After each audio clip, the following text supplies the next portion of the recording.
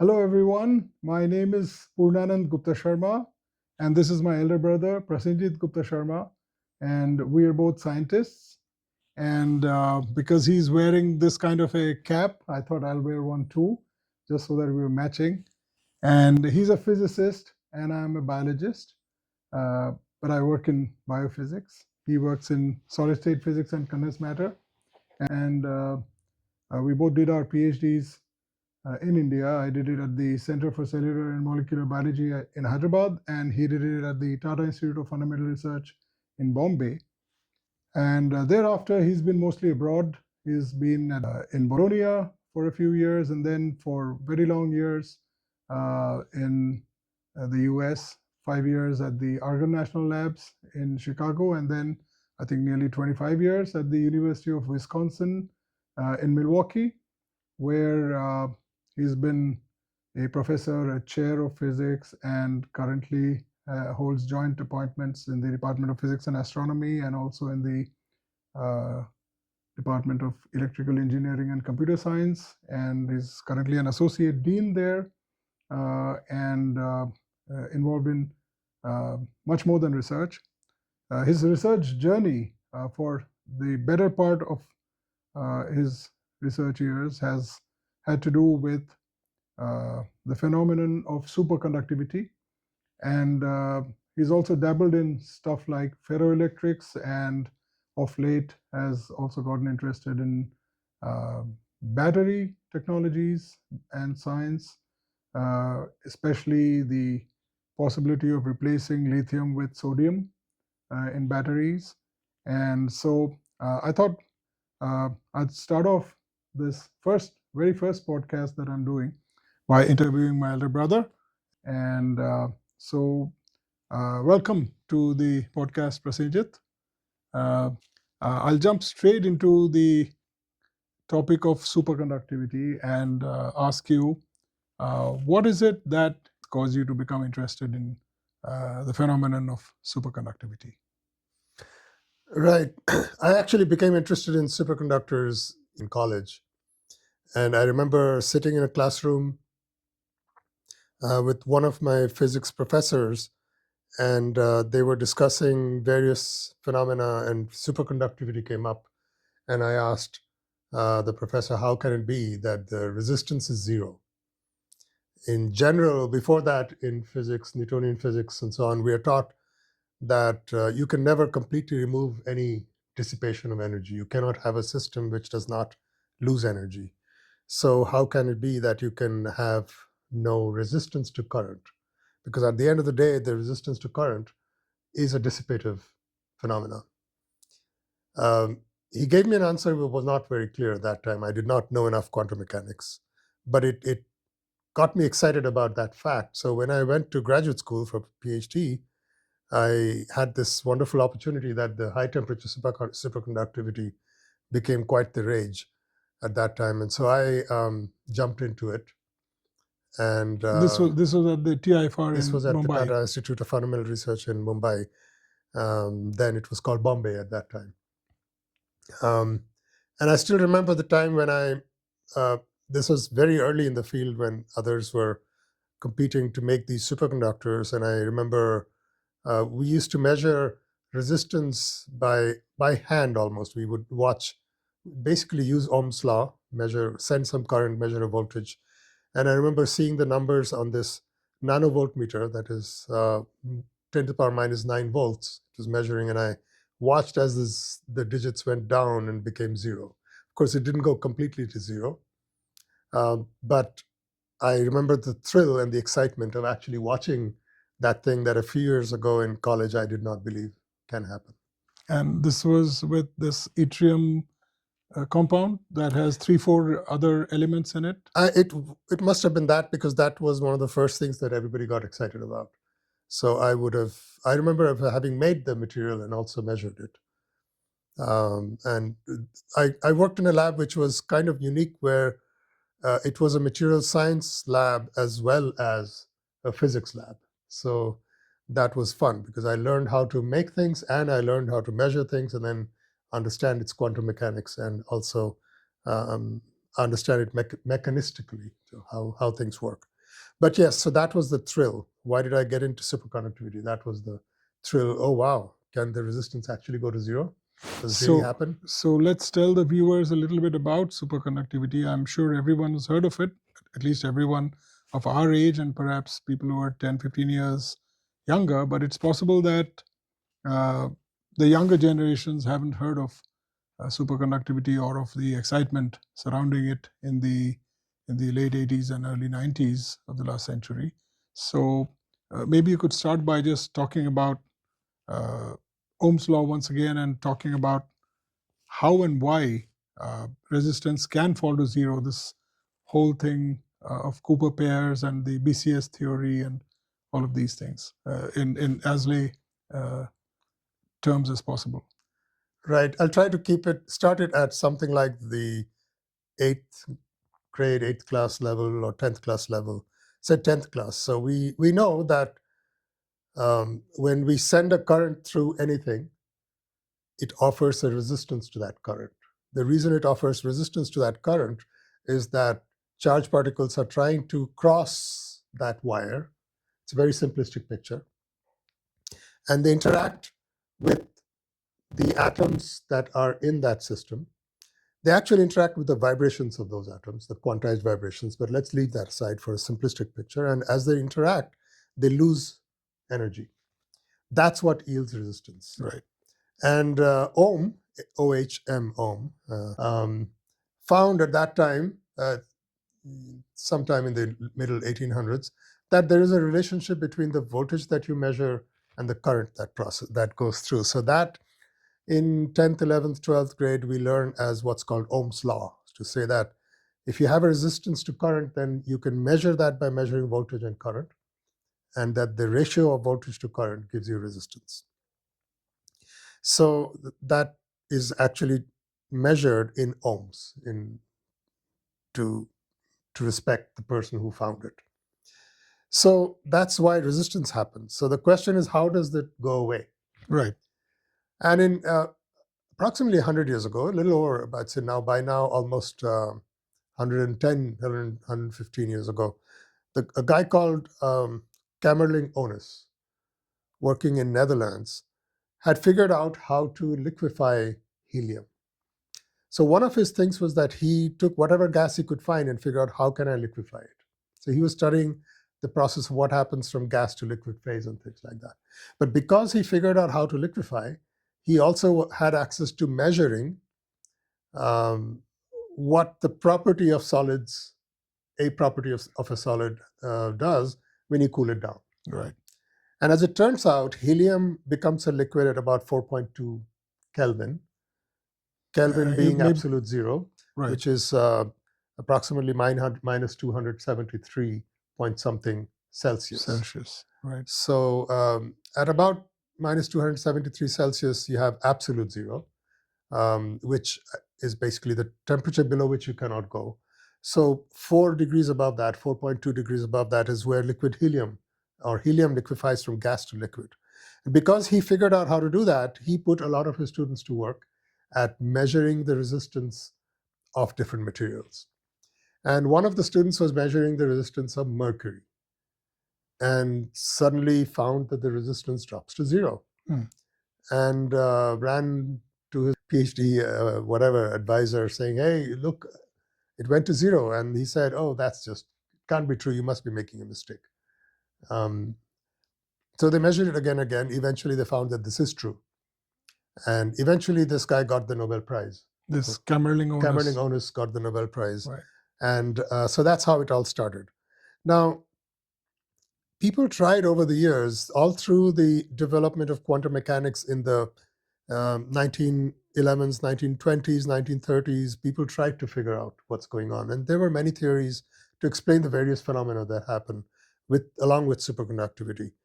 But sometime in the 60s, there was, and 70s, there were 3 people who are Bardeen, John Bardeen, Leon Cooper, and Schrieffer. And Bardeen, Cooper, and Schrieffer used to work in those days. One was at Bell Labs in New Jersey, The other was at, I think, University of Illinois at Urbana-Champaign, and they worked together to figure out how it works. So they gave a quantum mechanical theory of why superconductivity happens. It's not easy to explain that in words, but I'll try here. So essentially, So just we can tell our viewers that it's easier to access science when there is a physical picture of something in the mind, but the physical picture is not necessarily the correct picture, yeah, especially where quantum effects are involved. yeah. So you can sort of try and describe this quantum mechanical interpretation in terms of a physical picture, knowing that it might not be the best way of understanding it. Yes, and the way I'm thinking I would explain it would make sense to a 12th grader and maybe also to someone who's not studied physics. But once they study graduate level physics, they would come back to me and said, "You said that actually is not right?" So you have to understand that can happen. But here's the mechanistic picture. So you have physically think about an electron as a ball, and the ball, let's say, so this is a room we're sitting in. The ball has to go from this side of the room to that side of the room. Actually, that's not happening. The electron is not like a ball. No, It's a quantum mechanical object. Yeah. But let's say the ball has to go from this side of the room to the other side of the room. As it does so, it has to traverse this room, and let's say it interacts with the people sitting in this room. As it does that, it loses its momentum and its total energy, or total kinetic energy. And by the time it reaches the other side, it has already lost that energy. So let's say that somehow the people sitting in this room are able to pick up that thing and send it along with the same speed or same kinetic energy as it started, or the same momentum as it started. Just to remind everybody, kinetic energy is a property of velocity. The higher the velocity, the higher the kinetic energy, and higher the velocity, higher the momentum. So let's say the atoms half mv squared and mv. Half mv squared for those who memorize kinetic energy, and mv for the momentum. M times v, mass times velocity, is the momentum. Right. So let's say, again, we are thinking about almost like a Alice in Wonderland kind of picture, not a real picture. And so let's say people in the room agree to help the electron go forward. Then essentially what's happening is that the electron is working together with the vibrations. Right. And then what reaches the other side is also of the original momentum without having lost any momentum. Now, again, this is not a real picture, but what Bardeen, Cooper, and Schrieffer figured out is that the electron and the vibrations are somehow coupling with each other. And because they're coupling, they're able to form what is called a Cooper pair. We call it a Cooper pair because Leon Cooper first figured out about this pair. So he figured out these pairs, and then he wrote to Bardeen and Schrieffer. The story is not important, but they said they figured out how to explain superconductivity. Now, so a Cooper pair is like a molecule that is formed from two electron states, or you could think of them as two electrons, which bind with each other through these vibrating atoms, these quantized atomic vibrations. We call these quantized atomic vibrations as phonons. Right. P-H-O-N-O-N, phonons. So he figured out that they could bind together like a molecule. And then the next step was, can we then figure out how much energy does it take to break that molecule? And what Bardeen and Schrieffer helped to do is that they showed that the total energy required to break that molecule is proportional to the temperature at which the system becomes superconducting. Ah, I see. So if you can predict that, then you can predict what temperature the system will superconduct at. I see. This strength with which the two electrons are binding in this Cooper pair is the binding energy. And the binding energy is proportional to the temperature at which this happens. So that's called the critical temperature, Tc. So the binding energy, therefore, is proportional to, for those who are studying physics at the college level, Boltzmann constant times temperature of the critical temperature at which superconductivity happens. So this was as far as they got. What they could not explain is, why does the resistance go to zero? It's not yet understood. Really? Yeah. All these years later? Yes. Hmm. Not yet fully understood. Hmm. Also, what is not understood yet is that why does this material become superconducting and the other one does not? There is no way to predict it.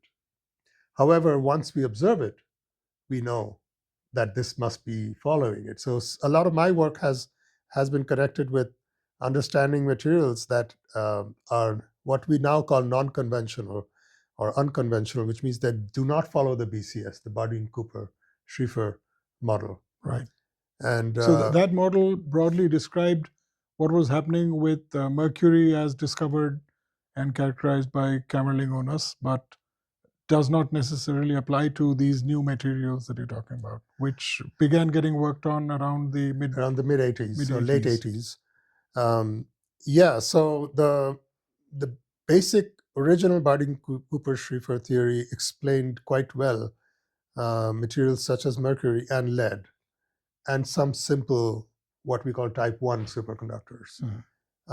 It almost explained everything, the other superconductors. One of the things that has come out over the years is that almost every superconductor we know today has a Cooper pair. I say almost because there are still some questions, about 10, 20%, but almost everything has a Cooper pair because they have you can break those Cooper pairs, and you can also find out energy levels at which this breaking can happen. So the units of that is the unit of that, the so flux quantum. There's a quantization there too. Yeah, there's a quantization. This is getting a little more technical than you probably wanted, but one exciting thing about a superconductor is that quantum mechanics describes things that you cannot actually hold in your hand. Right. It describes why the sun's rays come at in certain colors. It describes how color is absorbed through certain media. That's how you can understand quantum mechanics, the original understanding of that. A large number of intangibles Yeah, that are understandable only in terms of mathematical equations, right, and not in terms of physical imagery. Yes. Right. Whereas a superconductor, if you're holding a superconductor in your hand, then you're holding one quantum state Right. in your hand. Because once it becomes superconducting, the whole thing is one quantum state. Yes. The whole object. Yeah. Right. The whole thing goes down to one low energy level. That's one quantum state. Right. So in a sense, these demonstrations, and I've seen you doing some of them too. When you sent me videos of some teaching work that you were doing, teaching tools, you used, I think, some non-conventional superconductors that worked at the temperature of liquid nitrogen, which is fairly higher than that of liquid helium, 90 degree Kelvin or something like that. Yeah, so liquid nitrogen boils at about 77 Kelvin. 77 Kelvin. And these superconductors typically work at 90, 95 Kelvin. Right. And so you had these objects that were levitating because they were expelling, I think, the magnetic field or something, right? Yeah. And so that had already by then become possible to demonstrate in a prototype of a levitating train, right? Yes. Which was superconducting. And then these magnets in NMR spectrometers also became superconducting. But of course, they use liquid helium and other materials, right? And so there was a lot of excitement, and people began getting excited about the fact that you could see these quantum mechanical and quantum world principles, objectified in terms of things that you could actually see, touch, and so on. More tangible things. The more tangible things. Yeah. And then there was this interest in room temperature superconductivity, and so there was a lot of hype and a lot of funding in the 1990s, and people were saying that it's just around the corner. And then I think a lot of that interest kind of dissipated away, but a few people continue to work, and you're one of those, right? I mean, one of maybe 8 or 10 people still very interested in the core aspects of superconductivity around the world. Well, there has been research. Every field kind of has a revival every 4 or 5 years. Right. Every time a new superconductor is discovered, right, or a new type of superconductor is discovered, which cannot be explained by previous theory, we all get excited about it. So there's a resurgence every few years. Right. So there have been times when I might have been one of the very few groups. Mine might have been one of the few groups working on it, and then again it expands. So you have also, I think, kind of been some kind of a leader in terms of the synthesis and the growth of single crystals of these superconductors, right? Very, very slow vapor deposition based growth of these complex compounds, the non-conventional superconductors. Not just the physics of it and the understanding of it, but also the creation of these materials. Is that right? Yeah, I wouldn't describe myself as a leader in any situation. Okay. But maybe that's just a younger brother. Yeah. Yeah. You're just being kind as a okay. All right. little brother looking up to a big brother. Right. But I would say that there are very few physicists, or at least when over the past many years, there have been very few physicists who are also able to grow materials. And especially in the single crystal form. Right. So that has changed recently because of a lot of money that has gone into China and Japan to do this kind of thing. But before that, so in the 90s and the early 2000s, until about, say, 2010, 2015, physicists did not want to dirty their hands, so to speak, to make materials. Because you actually have to not literally, but almost dirty your hands. So when I started out, I realized that I have to be a little bit different from everybody else. I think my department was also looking for someone like that. So I started a lab. This was the Department of Physics. It's the Department at of the Physics. University of Wisconsin in Milwaukee. Right. Correct. And they were looking for a physicist who is also able to grow crystals. Right. Because there were none, or there were very few around the world. So if you ever come to my lab, which everybody is welcome to visit, half the lab is like a material synthesis, crystal growth kind of lab, metallurgy almost, and the other half is measurement and physics types of measurements. Right. So there was a time when there were very, very few people doing that. Right. So yeah. Right. So of late, I think there's been a resurgence of interest in superconductivity because of a need to create objects that can do quantum computing, right? And so there's a lot of hype surrounding this quantum computing, and everybody and their brother is sort of hopping onto that bandwagon, right? So I think it's important for quantum computers to be superconducting in some fashion, but that's about all that I can say about that. So can you sort of enlighten our viewers about what really does that mean? So what a quantum computer needs is a qubit.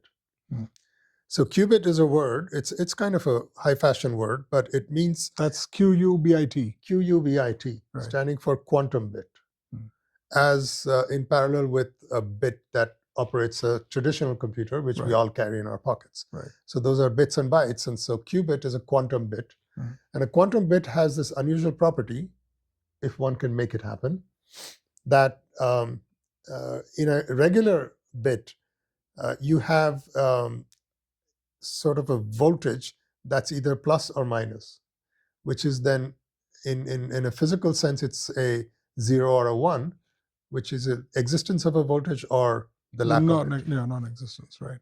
So you only can do computations in that one dimension. Right. Whereas a quantum bit has yeah. binary computation, Right. which we all use in our regular computers. Right. In a quantum computer, you have the opportunity of taking that bit, or in this case the qubit, and placing it in other energy states that have to do with its spin quantum number. So essentially, if you think about plus and minus in this direction, then you could also think of another plus and minus this direction, and a third one in here, and so on. So now you have access to multiple spin states, which then would give you other ways of doing parallel computation. Right. Because you can use some of these states to do parallel computing. This is one of the hypes, or one of the, I would say, reality for a quantum computer. So is this something that just exists in theory, or as you put it just now, there may be some actual quantum computers that exist in the world somewhere right now? I think there are actual quantum computers that exist, but they mostly exist in large, highly expensive laboratories funded by some of the larger companies of the world, Google, and IBM, and things like that. Some basic quantum computing is also done in research labs in the universities. And there are many ways to form these qubits. So you could form a qubit using just an actual molecule, a plus and a minus.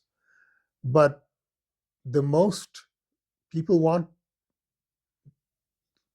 believe that, and it can be shown to be true, that the quantum bit is the most flexible when you do it in a superconductor. I see. Okay. Because that Cooper pair acts like a quantum bit.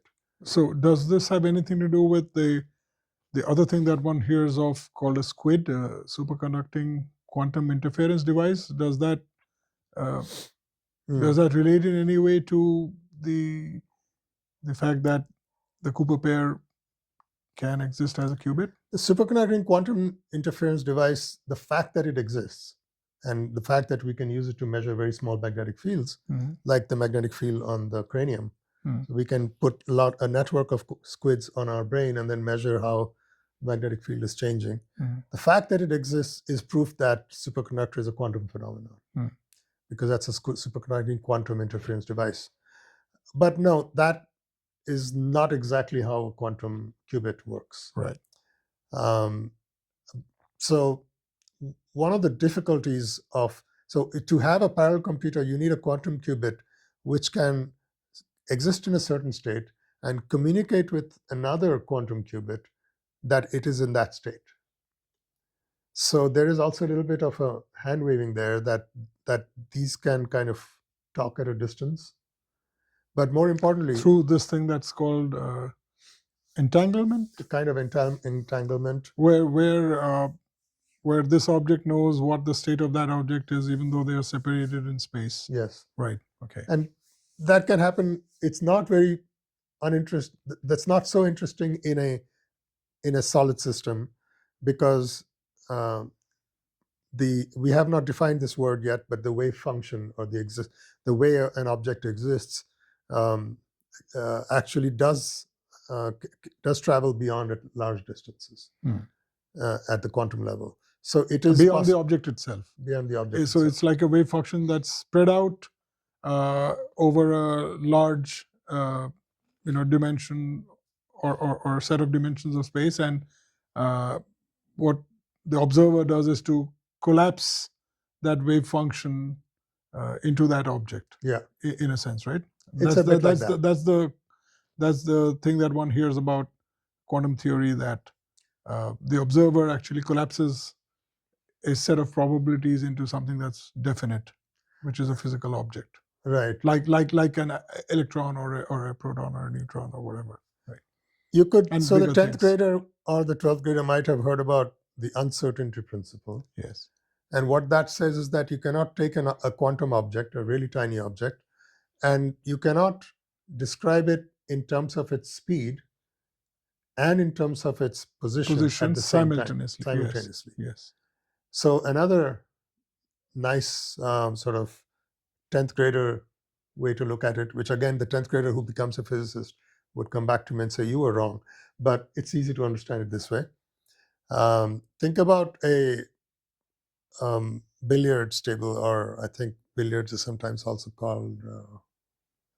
Anyway, so it's just a table with balls on it. Let's say ping pong balls. And you have a stick with which you're trying to figure out where the ball is. Right. But you're blindfolded. So the ball is so tiny and of such less weight or mass that as you move around trying to find the ball, every time you touch the ball moves away. Ball moves away, so you can't determine the position if you. And the ball is so small that it does not hit your stick with enough momentum to give you a signal of where it is. Where it is, right. So in the process of finding it, you move it. Yes. So basically, if you use light to look at it, then that light affects what it's doing, where it is, and in which direction it's moving, and at what speed. Right. Yeah. So, for example, you could use light to figure out where is that particle. Right. So you send light, but the light itself is moving the particle away. Right. So what can you say at the end of the day? You can say this particle is somewhere on this table. Right. Because as I touch it, it moves around and just Right. knocks around in the It's table. like a probability distribution function in space. Yes. That describes where you're likely to find it. Yeah. Yes. Right. So what I can do as an observer is to say, this particle is somewhere on this table. Mm-hmm. There's a probability of finding it somewhere on this Mm-hmm. table. Mm-hmm. I can say somewhere on that corner of the table. So somewhere there, the probability goes up. And as you move away from that point, the probability goes down. This probability distribution is kind of the way in which we define the wave function. It's a very simplistic way of describing here. But the moment I open my eyes and touch it, I have collapsed that wave function to that point. Right. So we were going back to, so because of this, it's not so difficult to say that because the probability distribution of that object exists outside where the object actually is, mm-hmm. mathematically it's possible to figure out a way in which it would impact another object. Mm-hmm. But when it comes to large distances like spatial distances of kilometers and miles, it's not clear that it actually happens. Not yet. It has to communicate. You have to communicate through, for example, a radio wave. So you take an electron and shake it on this side. That changes the pattern of the magnetic field, which then creates a radio wave, which then is picked up by an antenna here. That has been understood for the past 150 years, right, or 120 years. So that is one way to communicate, of course, at a distance. But there's also this, to put it in spooky language, sub-ethereal communication at extreme distances, which also physicists have been talking about, where if you start off a photon and split it through a beam splitter, then even if they are light years away from each other, one of these knows what the other is doing. So if you somehow manage to turn this off, then the other at a distance also knows instantaneously. Mm-hmm. Right?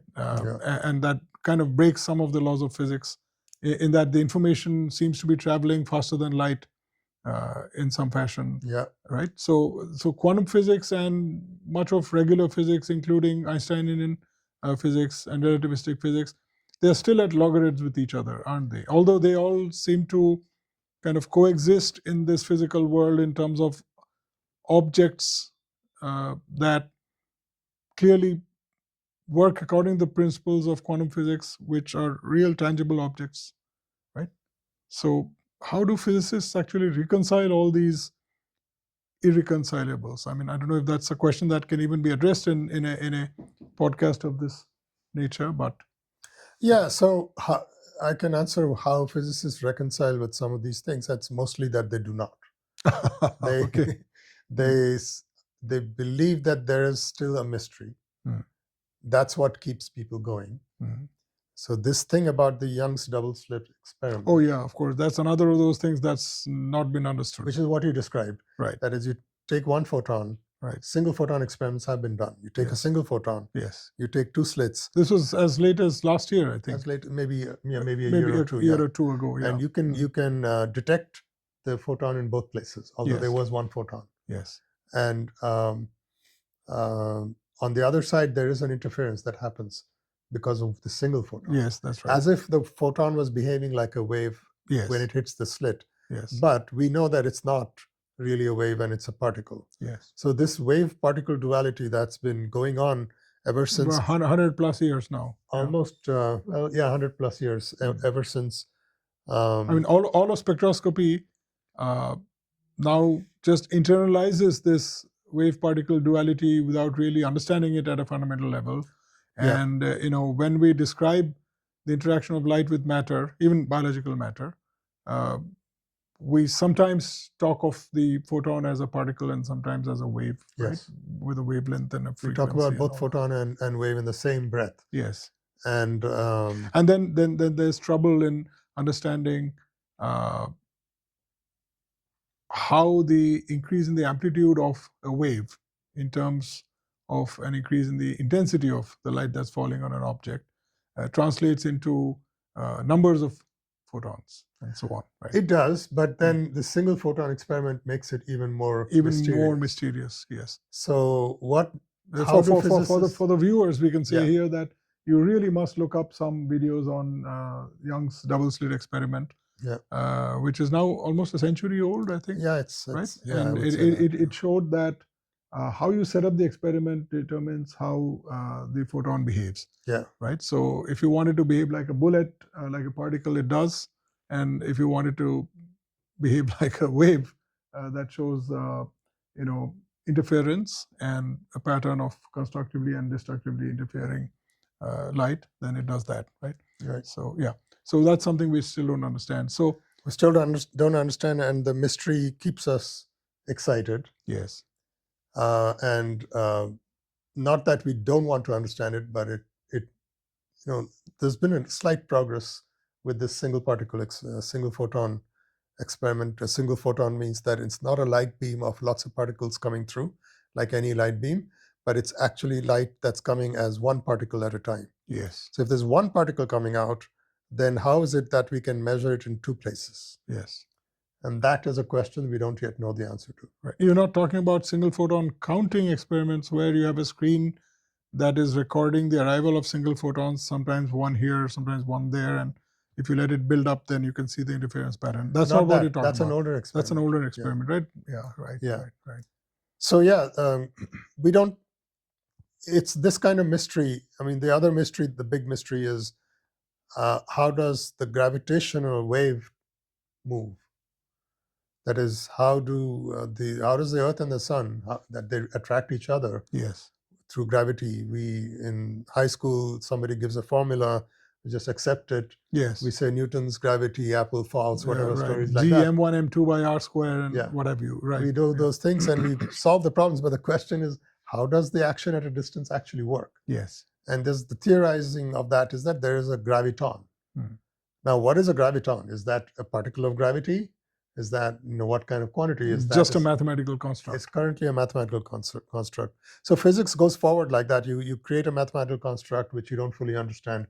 And then you say, if this were true, then these other things should be true. And then you observe them and you say, okay, this must have been true. Then you observe those and say, this must have been true. Yeah. And you keep going. And then a few years later, somebody says, well, no, that's not really true. And then you change the whole thing again and start again. Yes. I mean, that's the business of science, right? That's the business the of search science. for the truth and the ability to throw away whatever version of the truth we had previously accepted when confronted with a new set of observations. And as an aside, this is a thing that many times people outside of science, of the sciences and engineering do not understand. Because, for example, people expect that whatever a scientist says has to be true. But a scientist always cautions the sentence by saying, this is so, but there are these situations where it might not be so. Right.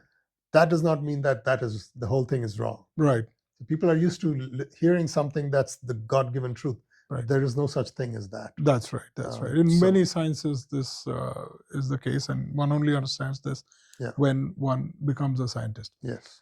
Now, I'm deliberately going to play to the gallery here and ask you a question about the latest fad, which is artificial intelligence.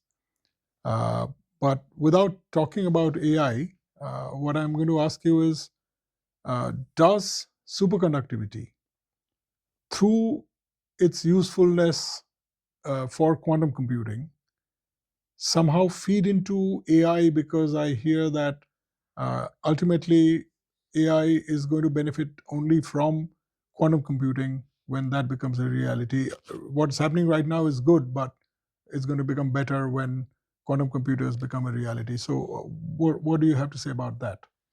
So that particular thing that you said, if you think about what is powering AI right now, are a bunch of what are called GPUs. Right, all these NVIDIA chips. NVIDIA graphical processing units, yes, which designed in California but currently built in Taiwan, in Taipei, by the Semiconductor Manufacturing Corporation.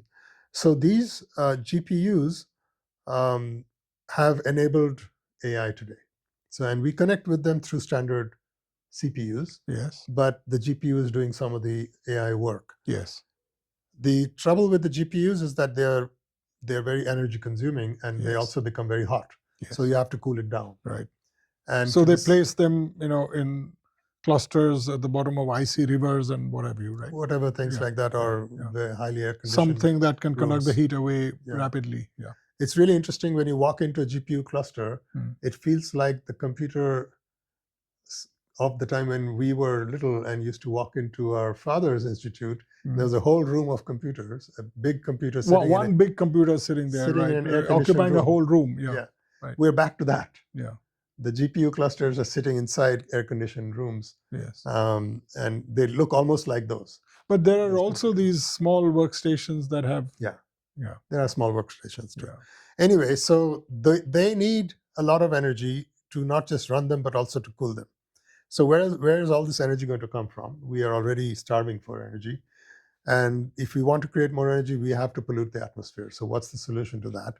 One of the solutions people have found is to use small nuclear reactors that are micro nuclear reactors, which can actually sit close to the GPUs and cool it down. Conventionally, people would think of nuclear reactors as things that would give off heat, not abstract heat, but but they're still generating energy. Yes. Which can be used to cool. Okay, I see. Okay. Without polluting the atmosphere. Of course, you're polluting the actual nuclear reaction itself is polluting something. Right. There's no give here. You lose here and you gain there. The other thing is that if you can use a superconductor, and especially all of these quantum computers have to work at really low temperature. This is another thing. They have to work at what are called dilution refrigerator temperatures, which is way below liquid helium, so below 4 Kelvin. Currently, these kinds of temperatures are only accessible to low temperature physicists. Yes. So if you can do that, then there is some gain in the energy loss. That is, superconducting quantum computers, if they can be employed to do AI, there's at least, I would say, 20-year gap here yet. If superconducting quantum computers can run AI systems, then we would have less usage of energy. Right. So that's one clear advantage. How far are we from room temperature superconductivity? Is it something that is still a pipe dream, or is it something that might be on the horizon, even if that horizon is a century away? There's nothing to theoretically block us against room temperature superconductors. If you think about it, the fact that we live in a planet that's 300 Kelvin is just a coincidence. Yeah. Right. And what we call room temperature, which is 300 Kelvin, is just an arbitrary number. Right. That happens to be Earth's temperature. We could have all evolved in a different somewhere planet, else on a different planet at in a different temperature regime. So people have reported 200 plus Kelvin in materials under high pressure, and those are real. But we don't want high pressure materials. We want something that just works. But 200 plus Kelvin is still leaving us with the need to cool things down, and so that's going to take energy. Right? Yeah, but 200 plus Kelvin is not so difficult, because if you think about it, biological materials sit at minus 80. Yes. Right. So it's easy. It's not that difficult to get a minus 80, get down to minus 80 temperatures using standard cooling techniques. So minus 80 will be what, 220? Not that energy intensive. I agree. Actually, it's less than 200. Yes. Minus 80. Yes. The other way to cool down to low temperatures using the Peltier effect, which is that you take two wires and join them, and then bimetallic element, and you run a current in one direction, you heat it, and you run in the other direction, it cools it. Yeah. So you could use that technique, and you can go even below that. So in that 200 to 300 regime, it's accessible. It's not very expensive. And that's a reality already. That's already a reality. So what are the applications of that right now? Are there new devices and new applications that are coming out of that branch of superconducting materials? Not really, because they currently only work under high pressure. Oh.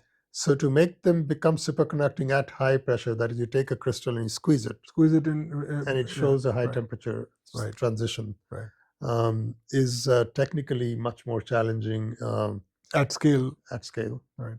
And it's a much higher Diamond anvil and all of kind that, of thing like right? that. Yeah, okay. And so, I mean, it would require a lot more engineering than maybe people are willing to do. Right. So it is still more a laboratory of lab interest, research interest. Right. Um, So where do you think the world is going with superconductivity right now? The reason I ask is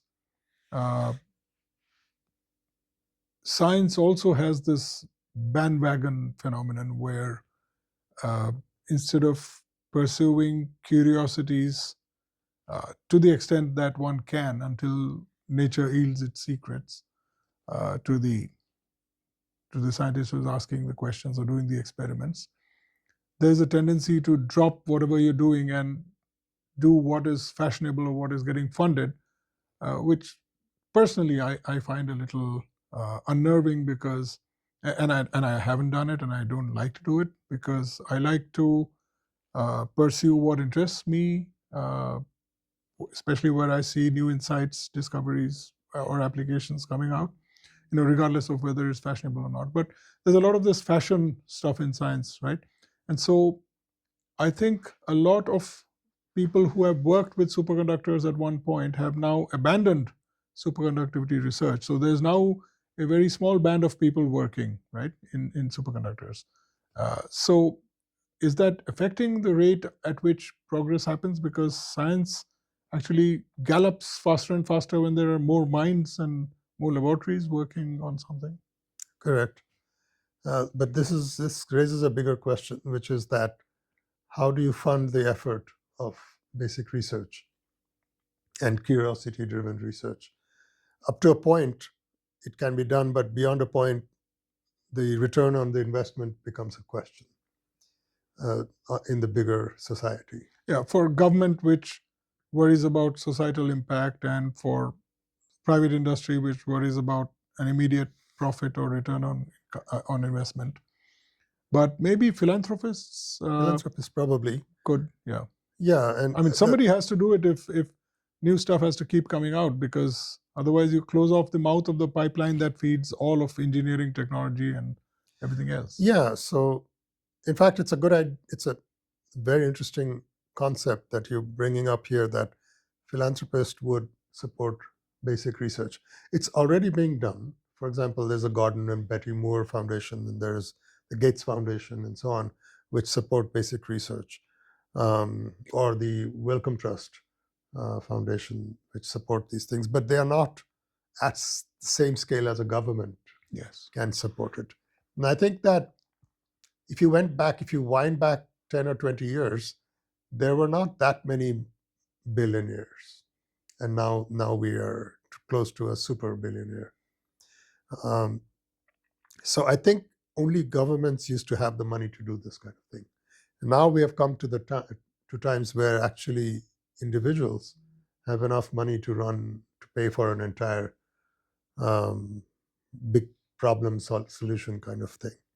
So I think that may be the future, because this thing waxes and wanes. It goes through points where society and the public start saying, what are we getting out of all this curiosity-driven research? There's a bunch of people, yeah, they're smart, but they're just satisfying their own curiosity. Yeah, and following their hobbies. And building up a compendium of knowledge, which may lead to something a few decades hence, but is not really offering us any succor right now. Yeah. What is it going to get me tomorrow? Yeah. Or today? Yeah. And it will happen. A short-sighted perspective. Yes, it's short-sighted, and part of it is our fault that we do not propagate how actually this connection happens. Yes.